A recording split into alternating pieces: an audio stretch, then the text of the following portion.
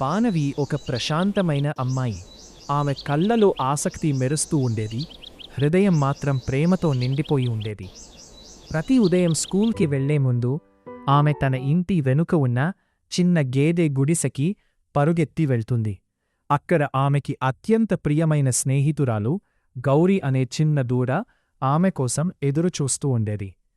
పానవి గౌరిని బిగిగా కౌగిలించుకుని తన రహస్యాలు, కలలు, భయాలన్నీ చెప్పేది.